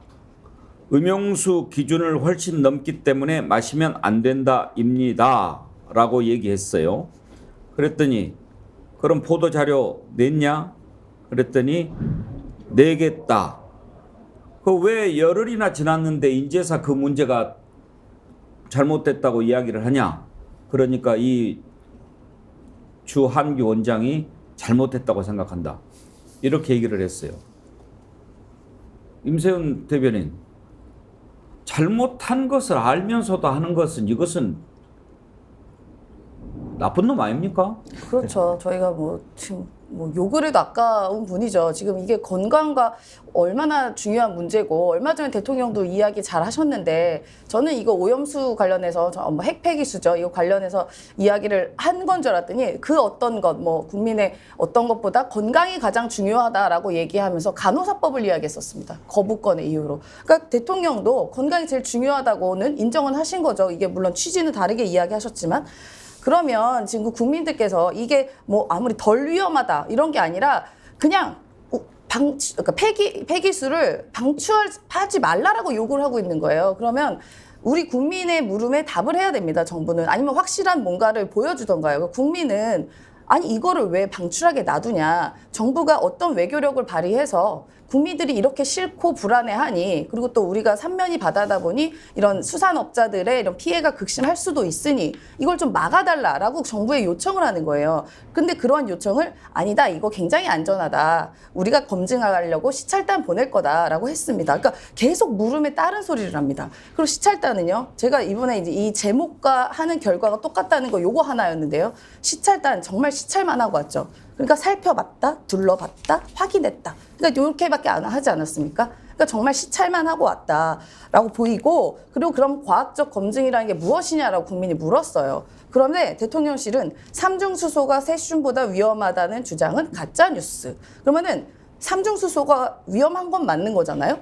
그러면은 세슘이 더 덜 위험하다는 거 아닙니까? 그럼 둘 다 위험한 거잖아요. 그러니까 국민은 이 위험한 게 싫다는 거예요. 그럼 얼마나 과학적으로 이거 우리가 확인할 수 있냐? 그럼 가서 물이라도 채취를 했다던가 뭔가 우리가 확인을 해야 되지 않겠습니까? 그러면 이게 봤다, 둘러봤다, 안전하다고 한다, 일본에서 그랬다라고 하는 게 과학의 영역이 될 수는 없는 거예요. 과학은 예를 들어 다수의 케이스에서 실험을 하거나 뭔가 확인하고 관찰했을 때 동일한 결과가 나와야 그게 우리가 과학이라고 하지, 지금 이게 안전합니다, 괜찮습니다, 우리 믿으세요, 일본을 믿으세요 하는 것은 과학의 영역이 아니라 그냥 주술의 영역이죠. 신학의 영역인 것이죠. 믿어야 하는. 정인환 교수, 이 원자력 연구원장이 잘못됐다고 생각했다라고 하는데, 그때 당시에 본인도 후쿠시마물 마실 수 있다 이런 얘기 예상을 못했다고 한다면, 그 발언이 있었을 때 곧바로, 아니면 최소한도 그 다음 날이라도 이것은 다르다, 음용으로 생각하지 않는다, 이런 입장을 밝혔어야 할 거 아닙니까? 그런데 지금까지 국회에 불러서 혼낼 때까지 아무 얘기도 않고 있으니, 그 다음에 어떤 일이 일어났습니까? 국민의힘에서 불렀잖아요. 그래가지고 또 얘기를 또 듣게 했어요. 그러니까 이게 이제 전형적인 그 무소신 관료의 그 전형을 보여준 건데요. 정부 여당의 선전선동에 그냥 장단을 맞춰준 거예요. 정부 여당의 정책위 의장, 전 정책위 의장이었던 사람은 오염수를 처리수로 바꿀 수 있자, 개념 자체를 바꾸자라는 얘기를 하지 않나. 근데 영국에 이 돌출된 앨리슨 교수라는 사람을 불러다가 결국은 1리터도 마실 수 있다. 이런 선전선동을 이용하고 있는데 여기에 그냥 원자력 연구원이 그대로 춤춰준 겁니다. 그리고 와서 국회에 불려오니까 잘못된 것 같습니다라고 얘기하는 거예요.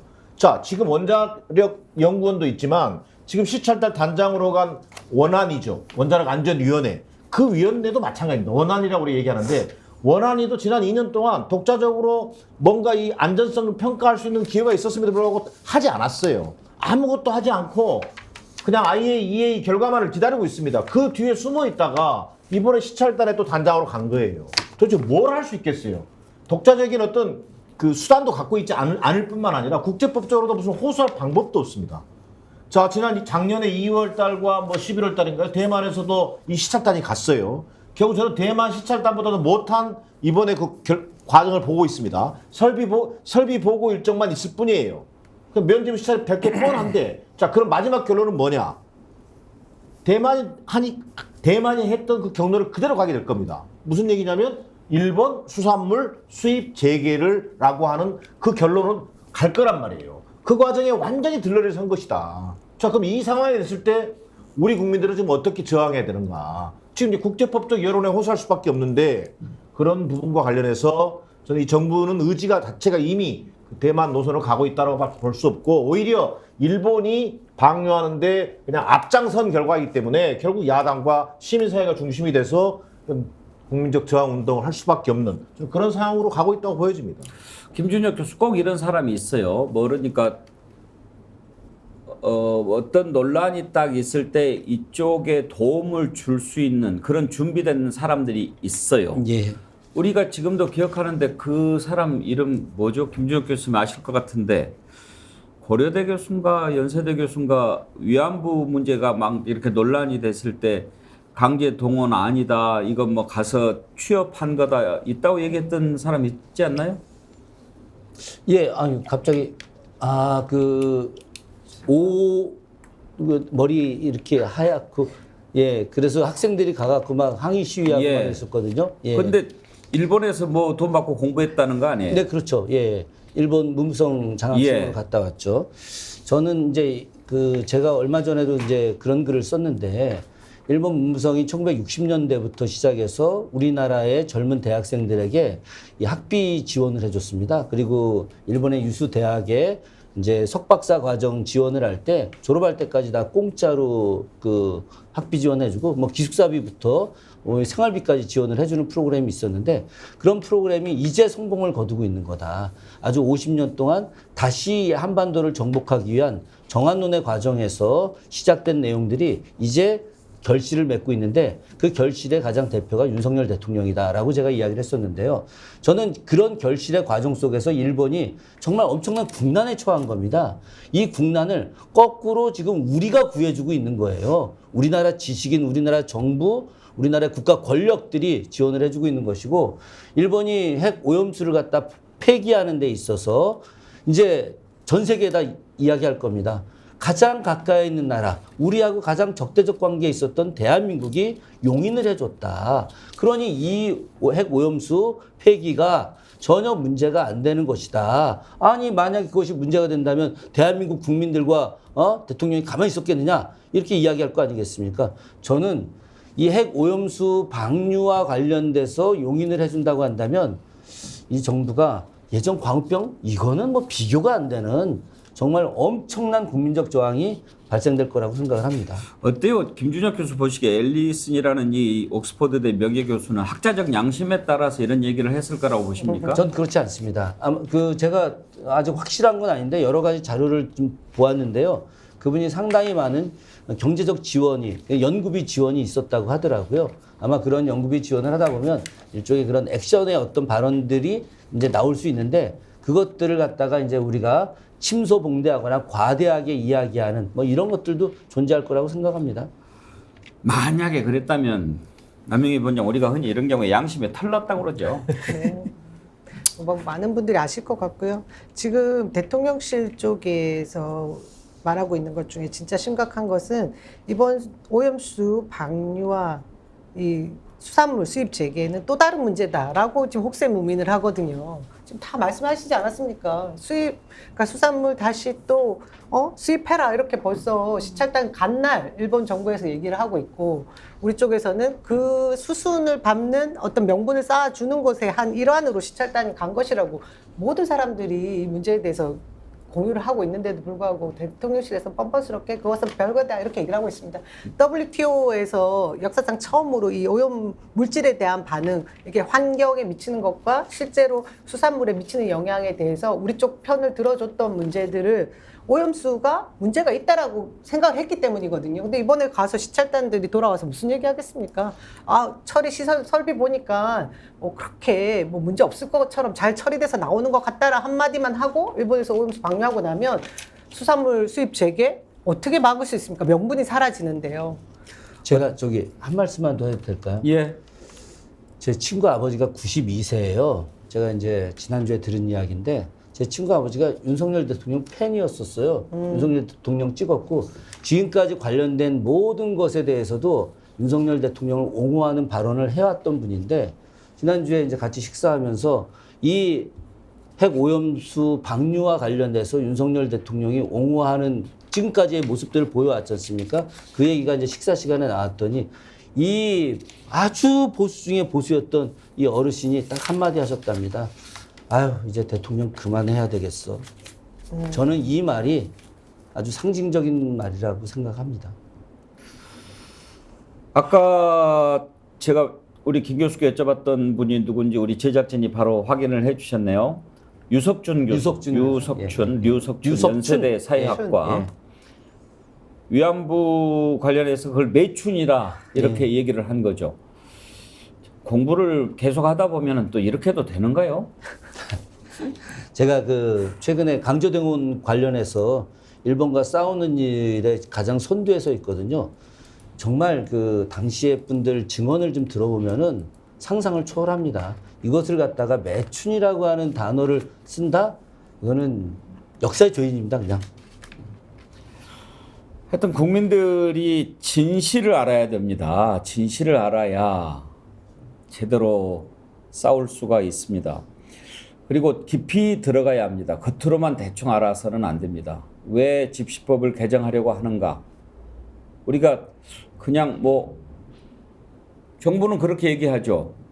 민노총이 집회를 한다. 집회를 했는데 야간에 노상 방뇨를 했다. 이러면 되겠느냐? 이런 거는 못하게 해야 되지 않겠느냐? 100번 치당한 얘기죠. 노상 방뇨하면 경범죄 처벌하면 됩니다. 그런데 그걸 그대로 믿는 분이 계실 수 있고, 왜 이걸 하려고 할까? 그것을 알아야 하는 일이 있습니다. 그걸 모르면 당합니다. 모르니까 하고 당하다가 나라도 넘어가고 자유도 뺏기고 그렇게 된 겁니다. 일본에 대해서는 왜 우리가 그렇게 해서 넘어갔는지 이런 얘기를 하면서 왜 우리 국민들한테는 그렇게 합니까? 법치주의가 법으로 때려잡자는 그런 게 법치주의는 아니지 않습니까? 아까 JTBC 앵커도 그 덕택을 누가 봤는데 그런 얘기를 하느냐? 그런 얘기를 하지요. 자유가 뭔지 한번 더 깊이 생각해보고, 우리도 자유 공부 많이 해야 됩니다. 그래야 엉뚱한 자유 얘기할 때 우리가 제대로 된 자유로 맞서서 싸울 수 있지 않습니까? 예, 오늘 진실에 한 걸음 더 다가갔다고 생각합니다. 함께해 주신 네 분 패널 수고하셨습니다. 감사합니다. 네, 고맙습니다. 고맙습니다. 네, 이제 잠시 후에 깨어있는 진실의 레이더, 김종대의 레이더 여러분 함께 하실 텐데요. 진실에 더 가까이 다가갈 수 있도록 채널 고정해 주시고요.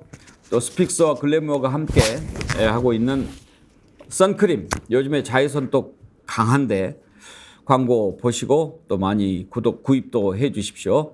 전하는 말씀 듣고 오겠습니다.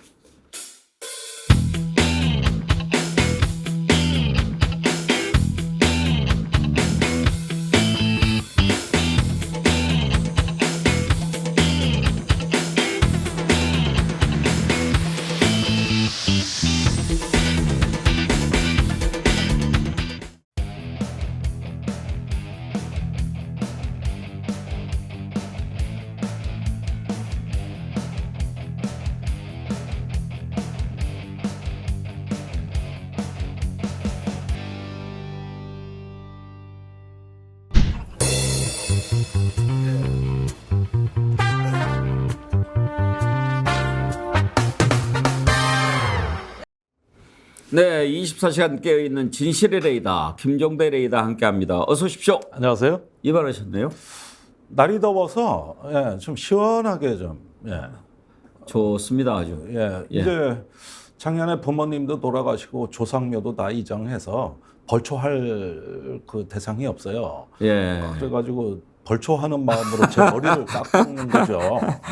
이 바람에 마음이 좀 새로워지죠. 아이 그럼요. 예. 저도 지금 주말에 하려고 합니다. 예.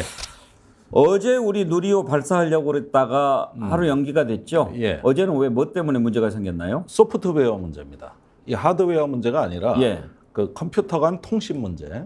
그러니까 이게 위성을 이번에 8개나 그 우주에 쏘아 올리는 거기 때문에 그 위성 간 통신, 지상 기지와의 통신 이런 그 소프트웨어가 작동 안 하면은 우주의 쓰레기예요, 그거. 예. 통신 안 되는 거 뭐에 써먹겠습니까? 그러니까 이제 그 통신에 이상이 발생했다. 그러니까 역시 우리가 보기에는 그 우주 통신 이 부분에 대해 가지고 조금 과제가 남아 있는 것 같아요. 최근에 미국은 위성관 통신 체계를 레이저 통신으로 이제 개념 채택을 했습니다. 예. 빛의 파장의 데이터를 실는 거죠.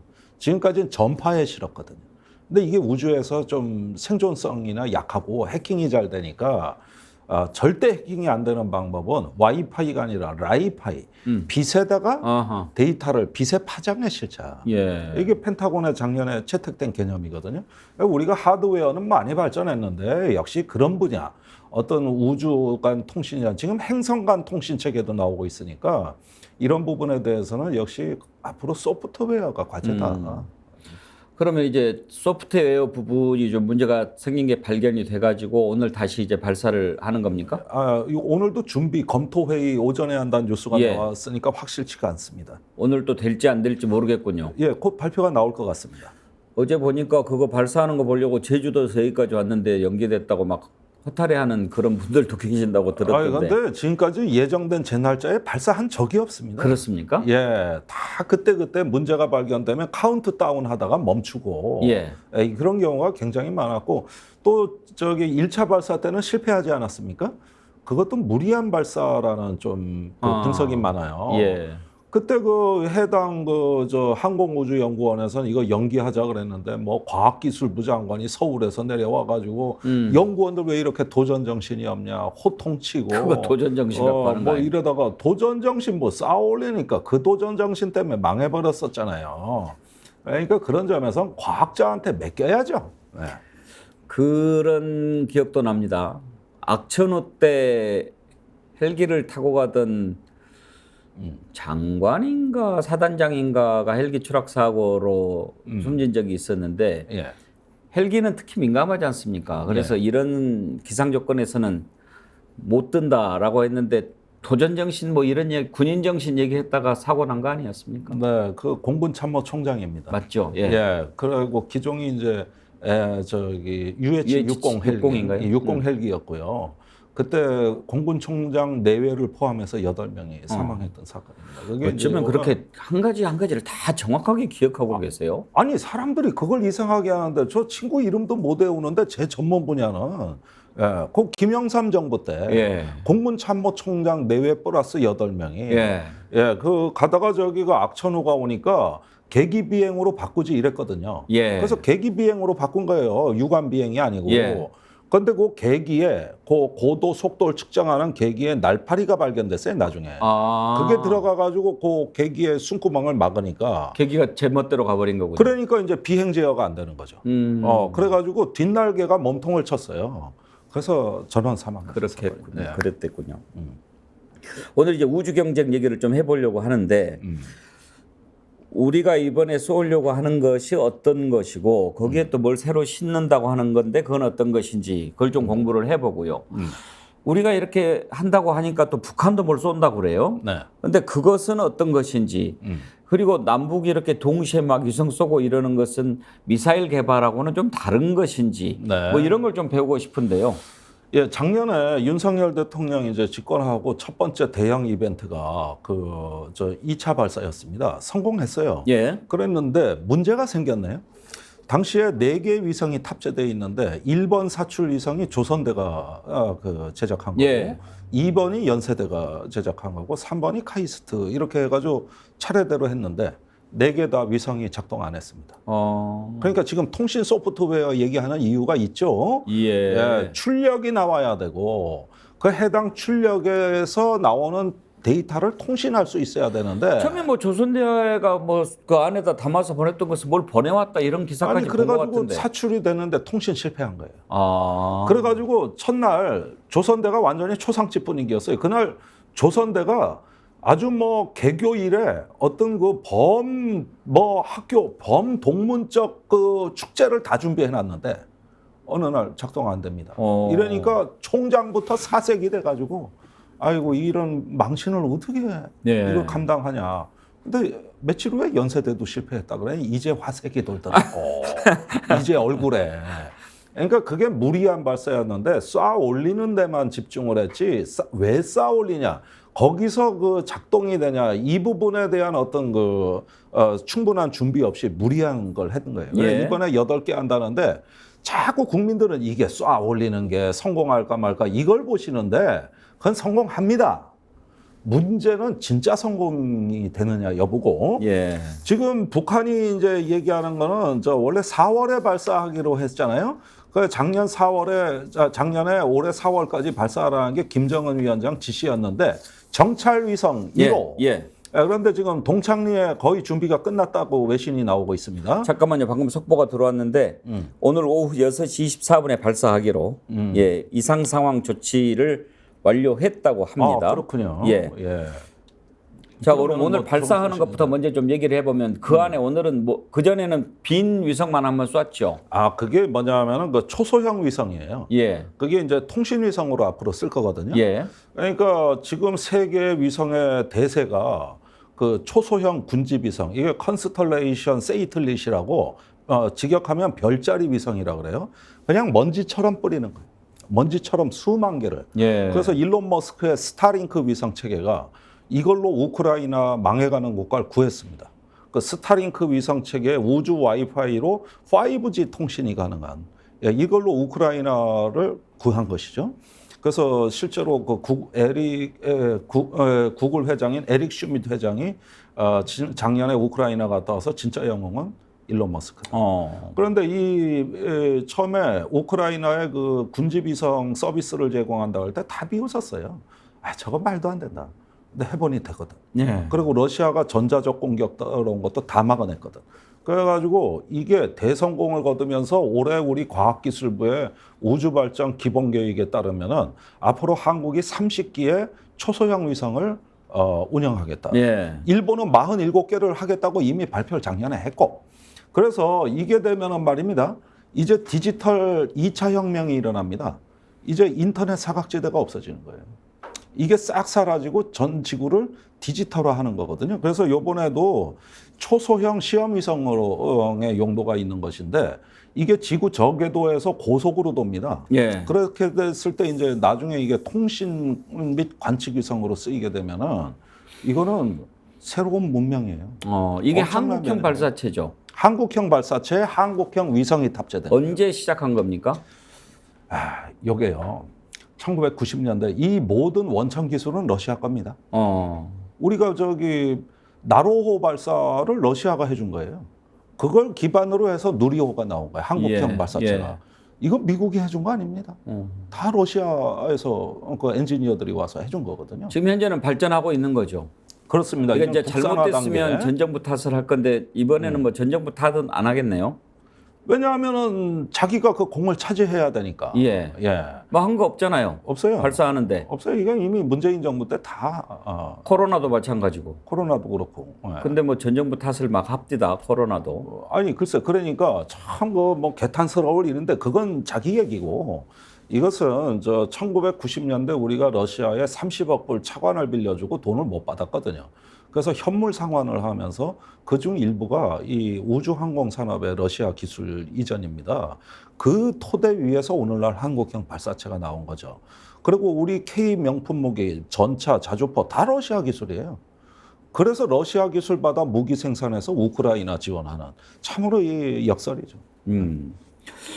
자, 그런데 이제 우리가 오늘 발사를 만약에 하게 되면 그 다음부터는 어떻게 뭐 궤도를 돕니까? 예, 일단은 우주 궤도에 안착을 하면은 캡슐이 열리는데 이거를 전문 용어로 페어링이라고 합니다. 예. 이 캡슐이 개방이 되는 거예요. 그리고 하나씩 사출을 하거든요. 근데 저번 방식을 보니까 이렇게 캡슐이 열리고 거기에 뭉툭한 직사각형에서 뭐가 포가 발사되듯이 하나씩 쑥쑥 빠져나오더라고요, 위성이. 그게 이제 큐브 위성, 그 작은 소형 위성인데 요번에도 한번 봐야 되겠습니다. 과연 그게 이제 되는지 모르겠습니다만은 일단 사출까지는 성공했어요. 통신이 안 돼서 문제인 것이지. 그래서 요번에는 아마 그 기술적 한계를 뛰어넘지 않을까. 그렇게 되면은 한국이 우주 클럽 가입입니다. 세계 9번째 나라가 되는 것이죠. 근데 북한이 지금 자기들이 더 빨리 하겠다는 거죠. 북한이 쏘겠다는 거는 뭡니까? 정찰위성입니다.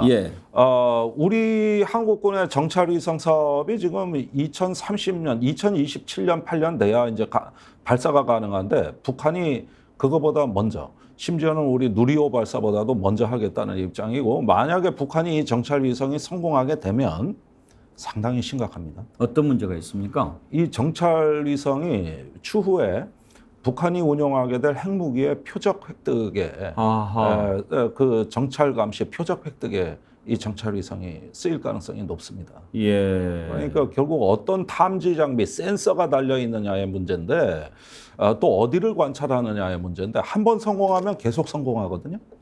그런데 이번에 최대 관심사는 그 로켓 연료가 액체 연료냐 고체 연료냐예요. 그런데 지금 동창리에 액체 연료 그 주입 장비가 하나도 없어요. 그걸 봤을 때 고체 연료일 가능성이 높은데 이건 더 무섭습니다. 고체 연료는요. 쏘고 싶을 때 마음대로 즉시 발사가 됩니다. 액체는 연료 주입해야지 그 또 각종 안전장치 해야지 복잡한 연료 개통 이런 거 실패 확률이 높은데 고체 연료는 그냥 앰플로 끼우면 돼요. 끼워가지고 불만 붙이면 끝나는 거예요. 자체적으로 연소하면서 계속 추진력을 얻는 겁니까? 그렇죠. 이렇게 연소돼 들어가 연탄이 타듯이 그렇게 하면서 이제 올라가는 거거든요.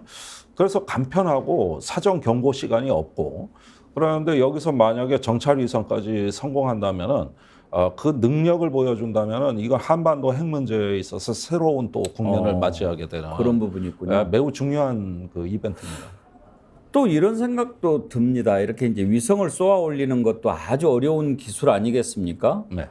그러면은 ICBM이라든지 이렇게 대륙을 넘나드는 그런 정도의 추진력에 버금가든지 더하든지 그럴 거 아닙니까? 그런 기술을 보유하고 있다는 것을 보여주는 거겠죠? 그게 바로 올해 초에 발사한 북한의 화성 17형. 그 로켓을 사용할 것으로 보이는데 그게 고체 연료입니다. 그러니까 액체 연료 같이 번거롭게 그거는 탐지될 가능성이 너무 높으니까 30분 이상 연료 주입해야 되고 연료 또 거치대 세워야 되고 그러니까 대부분 미국에 요격당해요. 그 발사 이전에. 그런데 그걸 생략할 수 있는 새로운 ICBM 고체 연료 ICBM이 나오느냐인데 저번에 화성 18형 발사한 노동신문 사진을 보면은 기술적 문제가 드러나고 있어요. 이게 이동식 트레일러 위에서 발사했거든요. 그런데 뭘 계산을 잘못했는지 이렇게 화염이 올라가는데 그 화염에 트럭이 그냥 새까맣게 타버렸어요. 그 트럭 밑으로 화염이 이제 치고 들어가는 거 보니까 저 트럭은 전소된 거예요. 그러니까 이렇게 하면은 이 발사의 안전성 문제가 있거든요. 그래서 분명히 기술적 문제가 있었다. 그래서 4월에 발사가 미뤄진 것이다. 우리는 이렇게 보고 있는데 이번에 준비가 끝나서 김정은 위원장이 지난 16일 날 발사장을 방문해 우주 센터를 방문해 가지고 행동 계획을 승인했다. 이렇게 뉴스가 나오는 거 보니까 해결됐나? 이제 고체 연료 미사일을 쏘는 거야? 그런데 앞에 탄두가 없이 위성만 있으면 되는 거니까 별다른 차이가 없어요. 그런데 요게 위성이 되려면 아까 말씀드린 페어링, 덮개가 열리고 사출이 성공해야 되고 그다음에 통신이 돼야 되는데 이번에 이제 북한 발표를 봐야죠. 그런데 이거는 남북 그 로켓 경쟁, 우주 경쟁에 있어서도 매우 중대한 국면일 뿐만 아니라 이 북한 핵의 위협의 신뢰성을 앞으로 판단하는데 매우 중요한 전기가 열리고 있다. 그러니까 굉장히 중요합니다, 이거. 그러면 같은 논리로 따져서 우리가 자체적으로 이렇게 위성을 발사할 수 있는 능력을 갖추게 된다면 네. ICBM처럼 대륙간 탄도 미사일을 우리도 마음만 먹으면은 만들 수 있는 또 그렇게 할 수 있는 그런 능력을 갖게 됐다 이렇게 유추해 볼 수도 있나요? 그게 윤석열 대통령이 마음만 먹으면 예. 북한보다 빨리 우리가 이 위성 기술이 있으니까 예, 독자적 핵무장 거의 논리는 1년이면 같습니까? 된다. 예. 예, 그게 바로 윤 대통령이에요. 그렇구나. 바로 그거예요. 그게 바로 윤 대통령이라면서 저하고 비슷하게 얘기하니까 저 별로 기분이 안 좋아요. 아니, 그걸 그 두 분을 동일시한 게 아니라 무슨 그 말이 말씀인지 그 알았습니다. 말이다. 아무튼 같은 뭐 말이다. 요즘에 제일로 네. 큰 욕이 윤석열 닮았다 뭐 이런 욕이래요. 그러니까 예, 네. 초등학교도 그렇대요. 그러니까 그런 얘기할 때는 좀 조심해 주십시오. 알겠습니다. 뭐 각별히 조심하겠습니다. 예. 이런 또 결례를 범할 수도 있다. 아주 좋은 추구예요. 아니 뭐 아주 쉬워요. 제가 예를 들어서 우리 김종대 의원님한테 오늘 뭐 이발을 그렇게 했으니까 윤석열 같이 보이네요. 그럼 기분 좋겠어요? 아니 무슨 그런 악담을 하십니까? 예, 자 위성 경쟁 예. 살펴봤고요. 아무튼 잘 발사가 돼가지고 네. 만약에 이제 쏘면 우리는 가장 큰 용도가 뭡니까? 뭐 통신입니까? 통신입니다. 예. 그러면 통신 환경이 좋아집니까? 그러니까 미래 이제 우주 기반의 와이파이 체계 이런 부분으로 해서 한국이 전 세계에서 5G를 최초로 상용화한 나라입니다. 당연히 우리나라가 이제 앞으로 그 5G, 6G 시대에 있어가지고 상당한 어떤 위상을 확보하게 되는 거고 그렇군요. 통신 혁명이 있는 거죠. 우주 와이파이 품질 좋습니다. 그리고 이거 오신 김에 좀 여쭤보고 싶은데 네, 이제 중국과의 관계입니다. 네, 우리가 한미일 공조를 강화한다고 하면서 이제 중국을 많이 건드렸지 않습니까? 예. 그렇게 굳이 안 해도 될 거라고 그렇게 얘기를 했는데도 기어이 양안 관계 발언해가지고 중국 지금 엄청 기분이 나쁜가 봐요. 네이버도 뭐 끊어버려. 네, 네. 한류스타 가가지고 뭐 하려고 그러는데 그것도 공연 못하게 해. 뭐 복잡하잖아요. 아유. 그러니까 G7 정상회의 이후로 아주 심각한 상황인데요. 이게 전체적인 그 상황을 종합하면은 지금 미중 관계가 재부팅되고 있다. 아, 예. 저기 분명히 바이든 대통령이 회복기에 접어들 거라 그랬고 해빙기라는 표현을 해빙기라는 썼죠. 표현을 예. 썼고 지금 진화론도 미국의 상무부 장관이 중국을 방문해서 그 장관급 회의를 개최했고 예. 이제 그 블링컨 국무장관의 방중이 예정돼 있고 이렇게 해서 작년 11월 이후에 그 풍성 격추 이후에 단절됐던 미중 관계가 해빙기를 맞이하는 말 그대로 신대탕트라고 해도 과언이 아닐 정도의 분위기였어요. 예. 그러면서 이걸 갖다가 이제 디리스킹, 어떤 그 탈중국, 디커플링이 아니라 위험 관리라는 디리스킹이라는 표현을 써가지고 예. 이제 뭔가 관리 모드에 들어가는 거 아닌가 했어요. 그런데 중국은 확실하게 입장을 밝힌 게 뭐냐면 디리스킹, 디커플링? 그건 말장난이야. 말장난이요. 그러니까 유럽이나 미국이 돈 벌어가는 거는 디리스킹 이름이라는 하에서 다 하고 중국의 발전을 도모할 수 있는 기술에 대해서는 디커플링하게 미국 예. 엿장수 맘대로라는 얘기 아니냐. 그러니까 이 이야기를 굉장히 기분 나쁘게 오히려 네. 중국이 받아들였다는 얘기예요. 그렇겠네요. 그래서 마이크론 반도체 끊어버린 겁니다. 메모리 반도체. 마이크론 반도체 이것의 의미는 뭡니까? 이걸 좀 알고 싶던데요. 그러니까 이게 한 3년 전부터 중국이 준비한 건데요. 그게 미국이 5A 통신 장비와 부품을 규제했지 않습니까? 예. 그래가지고 사실상 서구에서는 퇴출시켰어요. 예. 그거에 대한 맞대응 성격이었습니다. 그래가지고 오래전부터 준비해왔던 건데 왜 그러면은 이 시점에 마이크론 메모리 반도체를 건드렸느냐. 우선 시스템 반도체보단 부담이 적죠. 일단 마이크론이 중국에 있는 미국의 반도체 기업이죠. 미국 업체고 예. 미국에서 중국으로 수출하는 업체입니다. 수출. 예. 그러면 중국에도 마이크론이 있습니까? 아니 마이크론을 중국에서 현지 생산하는 게 아니고 마이크론이 만드는 메모리 반도체의 30%가 중국으로 수출됩니다. 그런데 마이크론이 세계 시장에 차지하는 비율이 20%입니다. 예. 삼성 SK가 70%입니다. 이렇게 공급 시장이 돼 있는데 그나마 마이크론이 주고객이 중국입니다. 예. 그래서 메모리 반도체를 수출해 왔는데 중국 정부가 이거 보안 침해 우려가 있어. 만약에 우리 기업이나 정부기관이 썼을 때 거기에 뭐 이제 백도어 멀웨어 프로그램 같은 악성 코드가 심어져서 데이터 빠져나갈 수 있어. 미국하고 똑같은 얘기를 하는 거예요. 그렇죠. 그래서 보안에 문제가 있다. 이래가지고 수출 심사를 하겠다고 그동안 해왔는데 G7 정상회담 딱 끝나는 거 보고 그 이튿날 이제 수출 심사 끝났어. 우리 중국의 기업과 기관은 마이크론 반도체 안 쓰기로 했어. 이렇게 해가지고 규제를 발표해버린 것이죠. 그러면 지난번에 존 커비 백악관 NSC 전략소통조정관이 한 말은 무슨 뜻입니까? 네. 그러니까 여기서 반도체 시장 왜곡에 대체 G7과 협력한다. 이게 G7은 한번 들어보고 얘기할까요? 예, 한번 들어보시죠. What this action is, it's clearly an attempt to undermine the strong stance that was taken by the G7 against economic coercion out there in Hiroshima. So we're going to continue to work closely with our partners and our allies, certainly inside the G7, to deal with distortions of the memory chip market that are caused by the PRC's actions. 그러니까 중국이 그렇게 하면 안 된다고 우리가 G7하고 함께 싸우겠다 이런 얘기군요. 요 대목에서부터 제가 약간 혈압이 올라가는 느낌이 좀 드는데 자 이걸 보십시오. 한미 정상회담 4월 26일 날 했어요. 그때 대통령 국빈 방문 출국 직전에 파이낸셜 타임즈에서 터진 뉴스는 마이크론 반도체가 중국에 수출이 안 되면 대신 한국 걸 사줄 거다. 그것을 팔지 말아라. 이렇게 한국 정부에 요청했다는 거 아니에요? 공동 대응하자고 한 거 아니에요?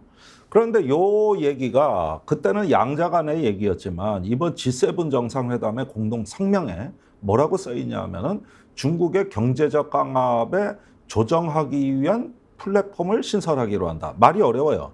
이 이야기는 중국이 경제적 강압을 실시하면은 전부 다 같이 대응하자고 아예 성명서에 박은 거예요. 그때 안 겪는 게 이번에 성명서로 구체화된 거예요. 그걸 보고 중국은 때린 건데 이렇게 되면은 참 그 경제적 강압이다. 이건 이제 중국이 그 무역을 무기화한다는 얘기거든요.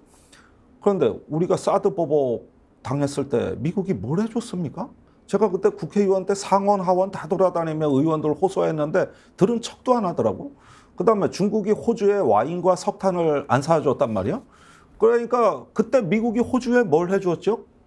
그다음에 저기 발트 3국이 대만하고 수교했다 그러니까 중국이 리투아니아를 무역 제재를 했어요. 그때 미국이 뭘 해줬죠? 그러니까 지금까지 8번에 걸쳐서 중국의 경제적 강압 정책이 있었는데 미국한테는 다 남의 일이었습니다. 아무리 우리가 호소해도 듣지도 않았어요. 근데 미국 자기들이 당하니까 전 세계가 같이 대응하자. G7이 같이 대응하자. 그래가지고 한국도 같이 대응하기로 했다고 워싱턴 성명에서는 합의까지 한 거예요. 수출 통제와 투자 심사에 양국은 협력하기로 했다. 그 얘기가 그 얘기고 저기 커비 조정관이 지금 한 얘기는 이런 중국의 경제적 강압에 대해 G7과 같이 협력하기로 했다. 이 얘기를 하는 거거든요. 그러면은 옛날에 남의 나라가 당할 땐 눈도 깜짝 안 하더니 그렇게 호소를 했는데 그런데 이번에 미국이 한번 당해 놓으니까 이제는 동맹국, 우방국 다 여기 참여해서 중국의 경제적 강압을 막아내기 위해서 다 협조해라. 니들 거 전부 팔지 마. 이 얘기를 그냥 저렇게 장황하게 하는 겁니다. 말씀 듣고 보니까 저도 조금 흥분되네요.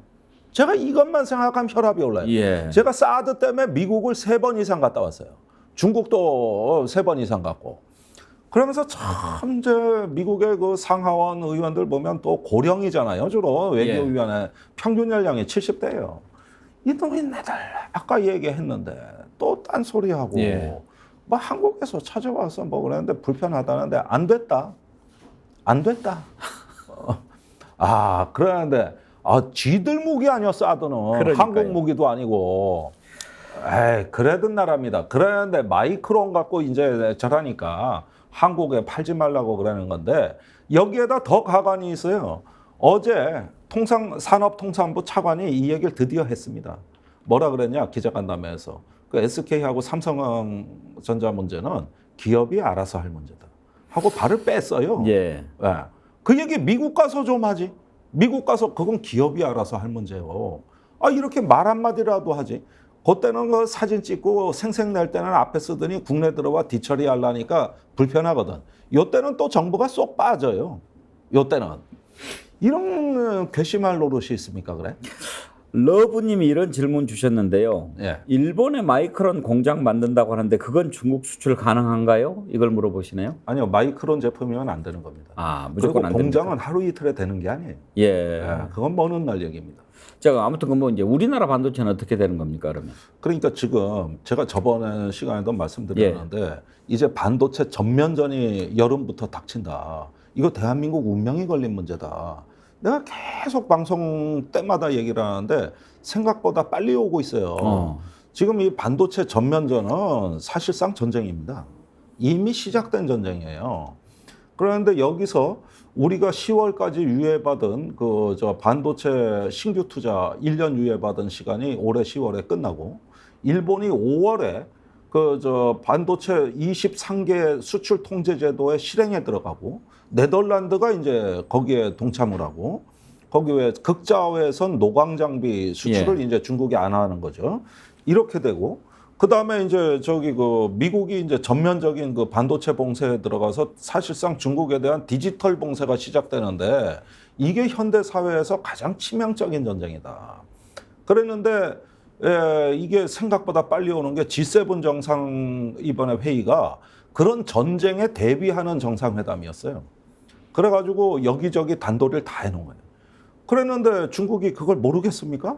당장 할 테면 해봐. 우리가 먼저 저기 행동하지. 마이크론 오늘부로 팔지 마. 이렇게 돼버리니까 이제 이 시계가 점점 빨라진 거예요. 그러면은 한국의 이 외롭고 어려운 처지를 누가 이해해 주겠습니까? 지금 이걸.